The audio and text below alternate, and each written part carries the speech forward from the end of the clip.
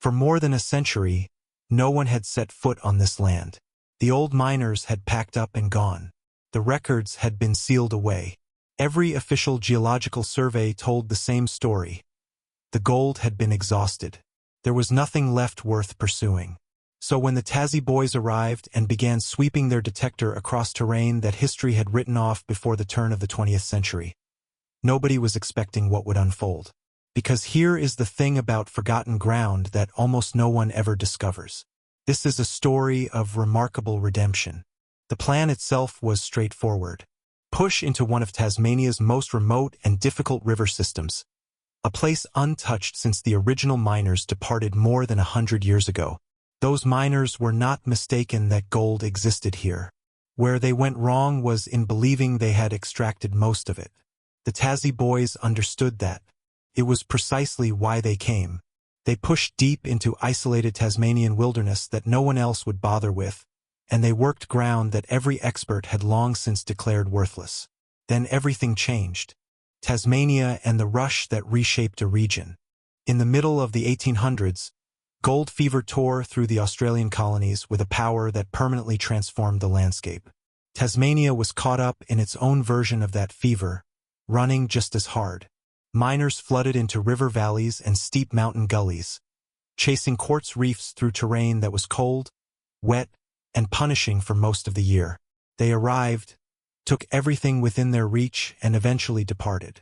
Not because the ground had truly run dry, but because the technology they worked with had a hard limit, and any gold sitting below that limit simply stayed put, right where it had always been. They were chasing gold buried inside heavily mineralized quartz.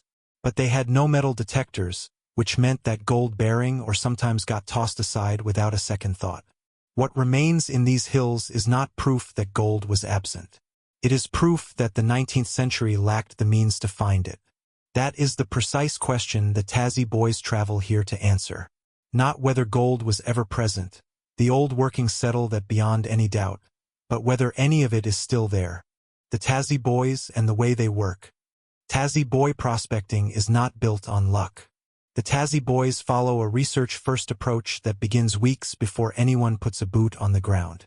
And that research is what separates a productive expedition from a day spent digging up corroded nails. It all begins in the archives. Historical mining records, old survey maps, geological reports filed with state authorities. Documents that are open to the public and almost never consulted. These records reveal where miners operated, what they recovered, and where they chose to stop. That stopping point is the critical intelligence. Miners in the 19th century only committed labor where gold was already showing itself. If a trench was dug, gold had been present. The question the Tassie Boys bring to those old maps is always the same. Where did the digging stop before the ground was genuinely worked out? The answer is almost always earlier than you would expect. Because the technology of that era had firm boundaries. Miners worked by sight, by hand, and with crushing equipment that captured most of the gold from the richest ore. So the old-timers did not get everything. They left some of it in the ground for the next generation to come along and recover. They lost significant amounts in lower-grade material on the undersides of rocks, and inside quartz that appeared barren but was not. Whatever they could not see, they could not recover. They called it empty ground. They were mistaken. What the Tassie Boys carry into the field is a Minelab detector, the globally recognized benchmark for gold prospecting, capable of detecting a sub-gram nugget more than 30 centimeters beneath the surface. A machine that would have seemed like pure sorcery to any miner who worked this same ground back in 1880. Paired with disciplined search patterns and the ability to interpret historical records the way a geologist reads rock formations, the Minelab gives the Tassie Boys access to gold that has been lying completely undisturbed for 150 years. They drive out to the site before dawn. The gully is waiting. Into the bush. The mission begins. There are no active mining leases on this land. No recent signs of disturbance. The bush has largely reclaimed whatever the old miners left behind, and the only evidence that anyone was ever here emerges from what the terrain reveals to a trained eye. The Tassie Boys enter the gully in the early morning, before full daylight has filtered down through the tree canopy. The track disappears roughly 20 minutes in and does not return. What takes its place is a combination of compass work, memory, and reading the landscape the way their prior research suggested. Looking for drainage lines, changes in elevation, the specific places where the underlying geology would have pushed a reef up to the surface and made it visible to men on foot carrying nothing but a geology hammer and decades of hard-won pattern recognition. The bush is quiet. Tracks, if they exist at all, are barely there. But the signs are present for anyone who knows how to read them. A slight depression in the ground that runs too straight to be anything natural. A spoil heap choked with regrowth, yet still faintly visible as a subtle mound against the hillside. Quartz fragments scattered through the topsoil where no quartz vein is currently visible, because the vein itself was already taken out by men wielding picks and shovels 150 years ago. These are the clues that led the Tassie Boys here. Reading the ground before the detector comes out. The Tassie Boys read the geology first. There is ironstone sitting right at the creek's edge. Dense, heavy, stained the deep rusty orange-brown that tells you iron sulfides have been oxidizing inside this rock for an extraordinarily long time. Pick it up and feel the weight. That color is a geological signature. Ancient superheated water once moved through fault lines deep underground, depositing minerals as it gradually cooled. Gold traveled with it. Quartz trapped it. And when the quartz weathers over millions of years and the iron sulfides rust down into ironstone, gold can either be released into the surrounding material or left locked inside quartz that the old miners discarded as waste. The quartz line traces along the hillside, visible and unmistakable to anyone who understands what they are looking at and why it matters. White, milky, iron stained in patches. The vein runs at an angle through the slope, following the fault that originally created it. This is precisely the type of rock character that reef miners in the 1800s had learned to identify, which is exactly why the trench above follows the same line. Someone stood on this very spot 150 years ago, saw what the Tassie Boys are looking at right now, and began digging. The mullock heaps are still there, partially moss-covered, with bracken pushing through, but unmistakable. Piles of blasted rock that miners threw aside as they chased the payable seams. This is prime detecting ground. When a miner sorted through blasted rock quickly, by hand and by eye, he was making rapid decisions. Gold-bearing material that showed nothing visible to the naked eye got tossed onto the heap. Nuggets resting on the underside of a rock. Gold locked inside quartz that looked empty. Fine gold, invisible without modern instruments. All of it thrown away.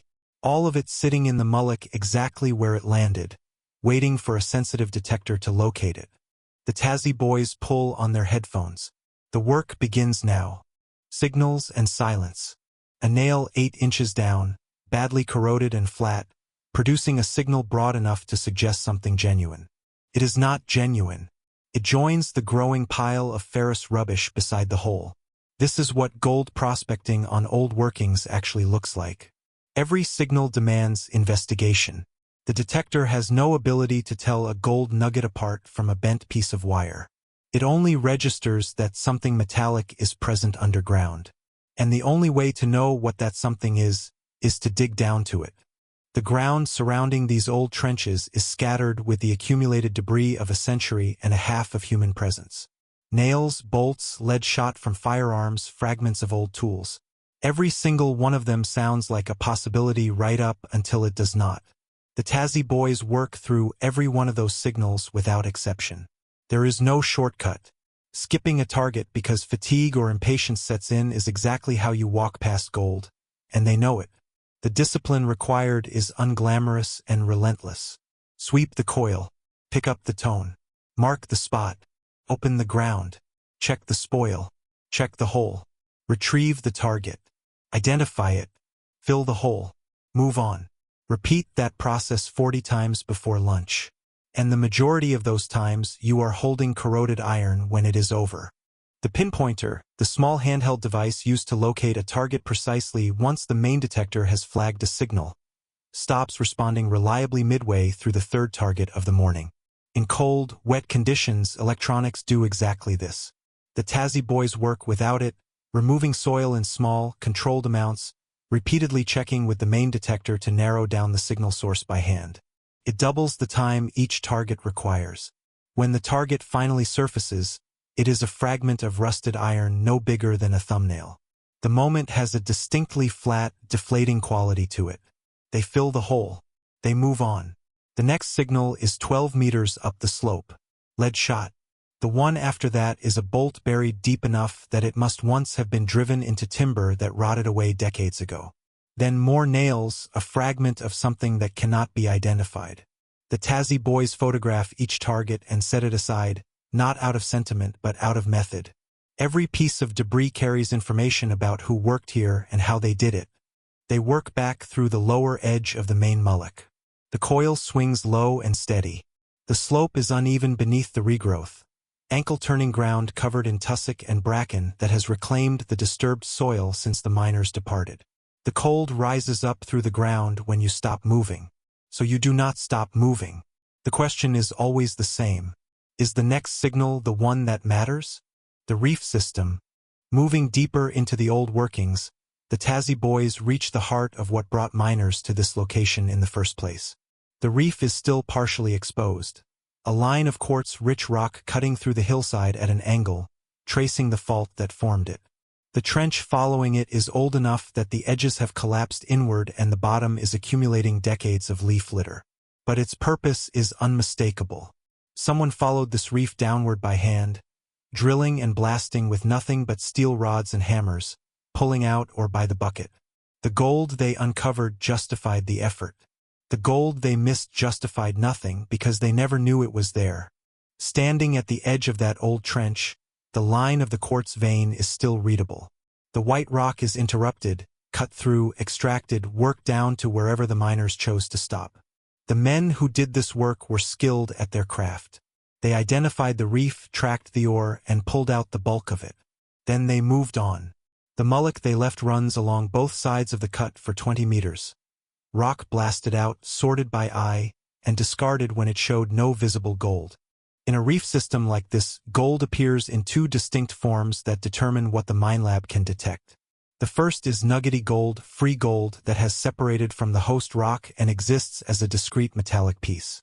This is what the detector reads most clearly, because a discrete piece of metal produces a consistent, repeatable signal. The second is gold locked inside quartz, embedded within the mineral matrix, invisible to any detector, recoverable only by crushing the rock to liberate what is trapped inside. Old mullock heaps can contain both types. The nuggety gold is what the Tassie Boys are after. And the mullock the old miners discarded is the most likely place to find it. What, if anything, did they leave behind in this reef? No gold yet. Hours in. Hours have passed. Every signal investigated. Every target recovered. The results are ferrous rubbish, the background noise of a historically worked site. Evidence that people were here, but not the kind of evidence anyone made the journey to find. The Tassie Boys keep working. They extend their coverage back through the creek edge, where alluvial gold can wash down from a reef system over centuries of rainfall and settle into crevices and bedrock traps below. The creek gets its own systematic runs. The coil held low over the rounded river rocks, searching the margins where slower-moving water deposits its heaviest material. Nothing. Back to the mullock. A different angle this time, crossing the previous passes at 90 degrees. Target sounds. Lead shot. Another sounds 20 minutes later. It is a nail-bent double, producing a tone convincing enough that a less experienced operator might have spent an extra 10 minutes working it. The Tassie Boys recognize it for what it is. They recover it in 3 minutes and move on. The signal that changes everything. The Tassie Boys are running a final pass across the lower edge of the main mullock when it happens. The tone is different. Not the broad, shallow thump of surface iron. Not the scratchy, inconsistent response of something badly corroded sitting at an odd angle. This is clean, repeatable, one clear signal sitting at a depth that places it below the entire layer of surface rubbish that has defined the whole day. An experienced prospector does not commit to a dig on a single pass. They check again and again. The signal holds every time. The dig opens carefully. Soil removed in controlled amounts. The detector checking the spoil at each stage, tracking the target downward. The hole goes deeper than the rubbish layer. The signal remains in the ground. Then it moves into the spoil pile. And there in the spoil, caught inside a small clump of clay-heavy soil that crumbles apart in a gloved hand, is gold. The color registers first, the particular rich, warm yellow of high-purity natural gold. Unmistakable once you have seen it in real light against real earth. A prospector would describe it as a picker or a small nugget. Weighing in at a fraction of a gram, it has the rough, irregular surface characteristic of gold that has not traveled far from its source. This is alluvial gold, displaced only slightly from the reef material that originally contained it, sitting in the mullock where a miner threw it more than a century ago, without knowing what he was throwing away. It is small and it changes everything. What a small piece of gold actually proves. A small find in precisely the right location carries far greater significance than a large find in the wrong one. What this piece of gold proves is specific. The ground is still gold-bearing. That single fact dismantles the assumption that abandoned ground is exhausted ground. The miners who worked this area in the 1800s left gold behind. Not because they were incompetent, they were skilled operators using the best technology available to them, but because that technology had a ceiling, and this piece of gold sat below it. A Minelab detector in the 21st century can recover what a 19th century miner working by eye and by hand could not. The find validates the research. The historical records directed them to this area. The geology supported the interpretation. The old workings confirmed that gold had been found here previously. And now a real piece of natural gold confirms that the interpretation was correct.